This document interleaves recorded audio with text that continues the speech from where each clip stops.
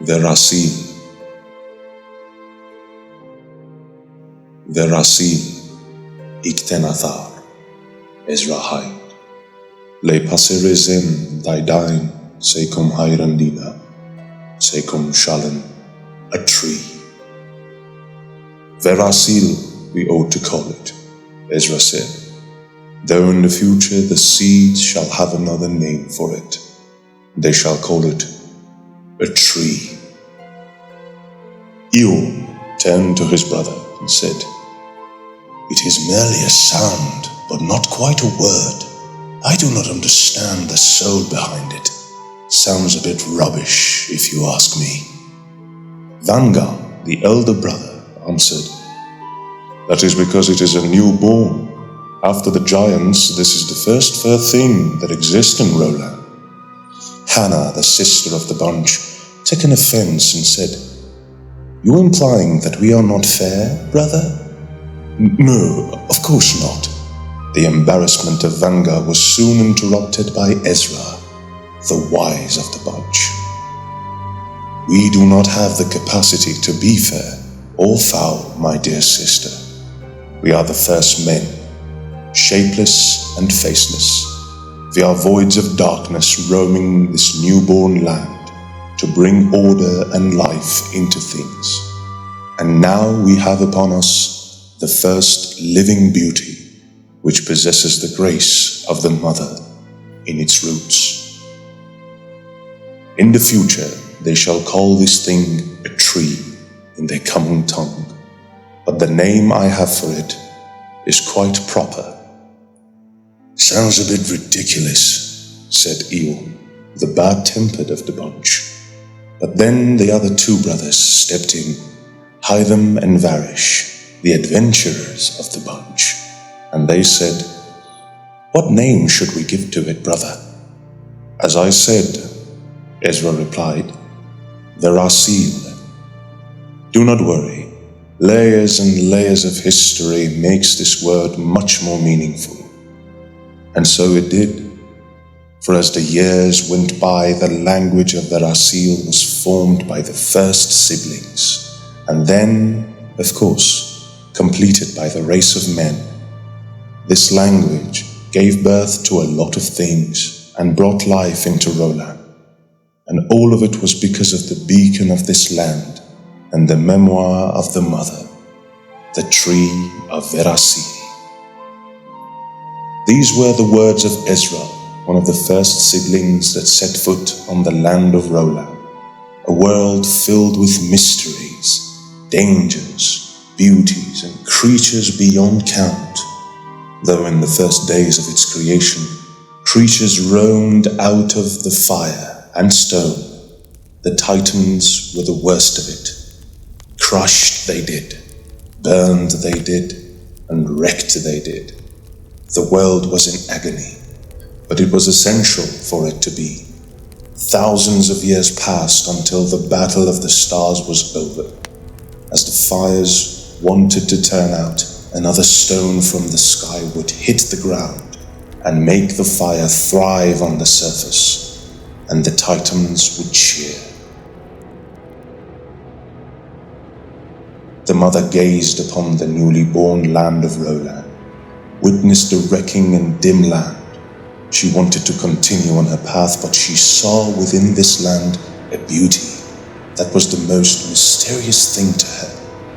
Even she could not fully understand it, and right then it came a roaring, so terrible and so grand that shook the edges of all the world, a roaring that came from the stars. The mother had no choice, for this was the roar of the great Randur. He was the darkness, not the lord of its mind or a servant of it.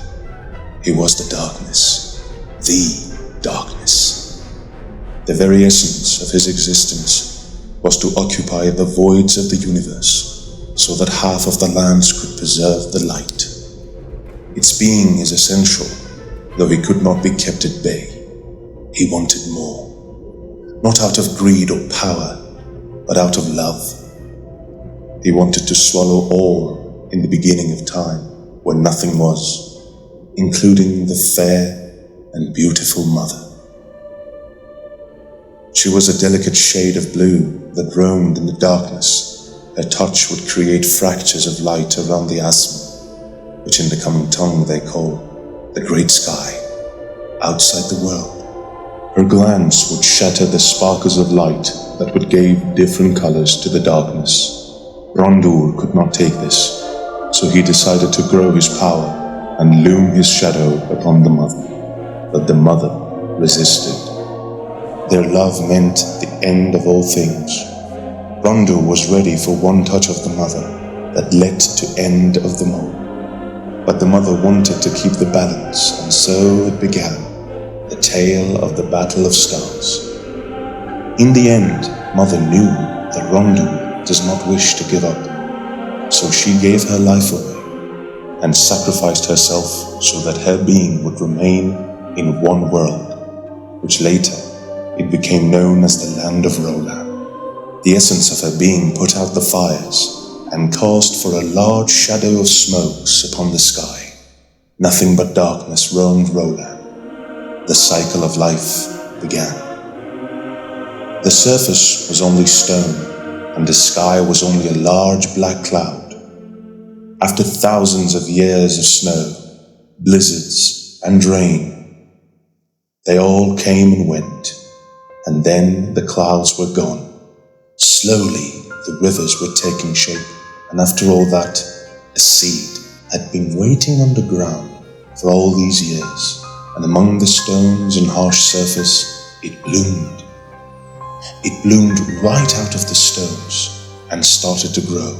It became a large and vast tree, so large that its highest branches and leaves were in the asthma, and no eye could see its top. Still, it seemed rather familiar, for its leaves had a shade of blue to them, and sometimes, when the lower branches moved, you could see the glittering veins upon the leaves. Thousands of them, like shining diamonds, in dark and dim caves. The first siblings called this tree Verassile, which means a sacrifice for the greater good. As they gathered together, they held a token, a language, and they left different signs of it for the future men to witness. The language was created, and its fractures could be seen in different corners of the world, right after the growing of the tree, after the snows and blizzards. The other trees began to take shape. Plants and living things from all around the corners started to inhabit the lands. Plants, trees, flowers, mushrooms, everything out of beautiful colors were created. Tabooshes, the great elephant-like creatures who roam on the green hills, and with each step they shake the earth. And Hilasars, the panthers of the night. And also loons, the colorful birds that spend their times flying over to the Asman. Right after all these beauties started to inhabit the land of Rolan, you could see that only a fracture of Mother's beauty is taking place in the surface of this magnificent land.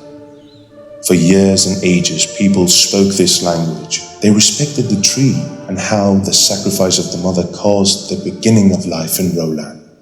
How nature found its way to all corners of the world, and how the battle of the stars was reminded to each one of them, to know the beauty of this world and praise their own value and existence. However, sad to say, slowly these things became forgotten. The language was changed, the tales were altered, and people stepped away from their roots. As these things happened, the tree of Verassile slowly became dim and was slowly losing its glittering color. But as they say, hope always remains, and there are still those who try to preserve this originality, and they still hold the language of Verassile true in their hearts.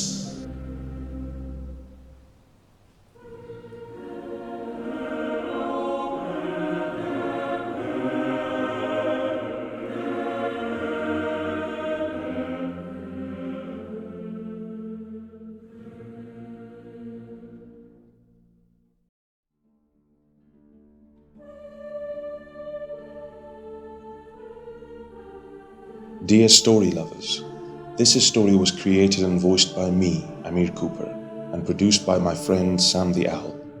We thank you for joining us on this epic tale through the land of Rolan. Your time and your support truly mean everything to us. Every one of our stories is crafted with careful imagination and the hope of sparkling a little bit of magic in the hearts of our audience. If you enjoyed this story, please let us know what you think in the comments. Don't forget to share it with your friends and consider supporting us with your donations through crypto. We thank you for your generosity, my friends. It fuels the creation of future chapters and keeps these stories alive. Together, we will uncover the next chapter with your companionship and our vision. Until then, dare to seek, to be destined to find. We'll see you in the next tale.